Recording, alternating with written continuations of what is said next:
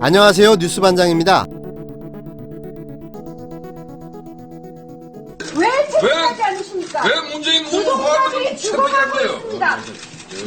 왜 문재인 후보들은 왜 책임을 그냥 알고 있습니다. 초선 의원이면 초선 의원답게 좀 공손하고 예의도 지킬 줄 알아야지. 드루킹 특검 정치 보복과 내년도 총선을 겨냥한 정치 공학적인 계략에 의한 기소로밖에 달리 볼 수가 없습니다. 인면수심도 이런 인간이 또 있을까 싶습니다. 살다 별꼬라지를 다 보게 되는데요. 도망가던 도둑놈이 경찰이 소리를 지르며 쫓아왔다고 피의사실 공표죄로 경찰을 고소하겠답니다.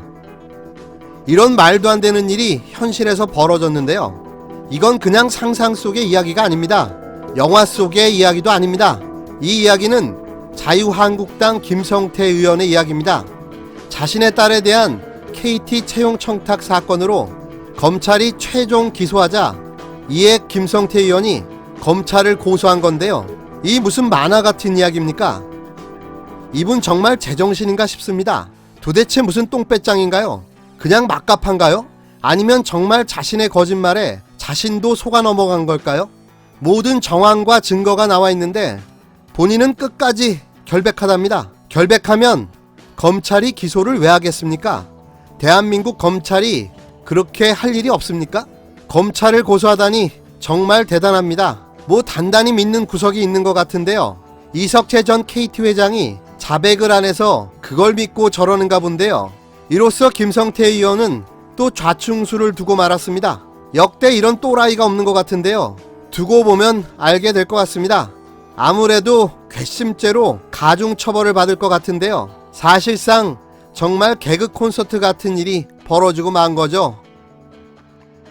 딸의 채용 청탁 의혹으로 재판에 넘겨진 김성태 자유한국당 의원이 22일 검찰이 끝내 정치적 폭거를 자행하고 말았다며 사건을 수사한 서울 남부지검을 피의사실 공표죄로 경찰에 고소했습니다. 김 의원은 이날 오후 5시 29분쯤 서울 종로구 내자동 서울지방경찰청 민원실에 피의사실 공표죄 고소장을 제출하면서 이 사건은 대통령 측근 인사의 내년 총선 지역 무혈 입성을 위한 정치공학적 전략에 의해 정치검찰이 피의사실 공표를 통해 정치 수사를 한 것이라고 주장했는데요. 장제원, 윤재옥, 이은재, 한국당 의원과 함께 취재진 앞에 선 김 의원은 사법개혁특별위에서 반드시 이 피의사실 공표에 대해 중요하게 다뤄야 한다며 자신에게는 아무런 혐의가 없다고도 재차 강조했습니다.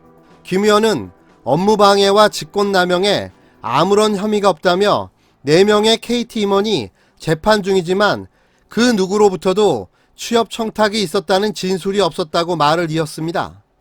이어 정치적 수사를 하다 보니 정치검찰은 국민들에게 할 말이 없어졌다며 국정감사 때 증인 채택을 하지 않은 것 자체가 뇌물죄라는 게 검찰의 판단이라면 앞으로 국회의원은 증인 채택 등 정상적인 의정 활동이 어려워진다고 말했습니다.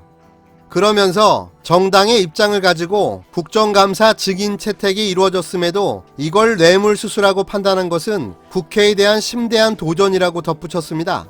김 의원은 경찰에 고소장을 내기 앞서 국회에서도 기자회견을 열고 법리적으로 얼마나 무리하고 정치적으로 어떤 의도를 가지고 있는 사건인지 잘 알고 있음에도 불구하고 서울 남부지검은 무리한 정치적 기소를 강행했다고 비판했습니다.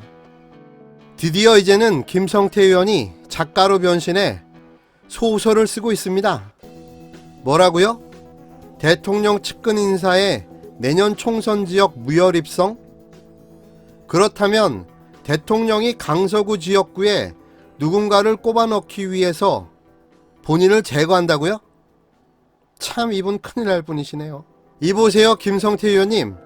당신은 그 자리에 있어도 내년부터는 볼 일이 없습니다. 걱정은 아예 하지 마시고요. 빨리 들어가셔서 죗값을 치르시기 바랍니다.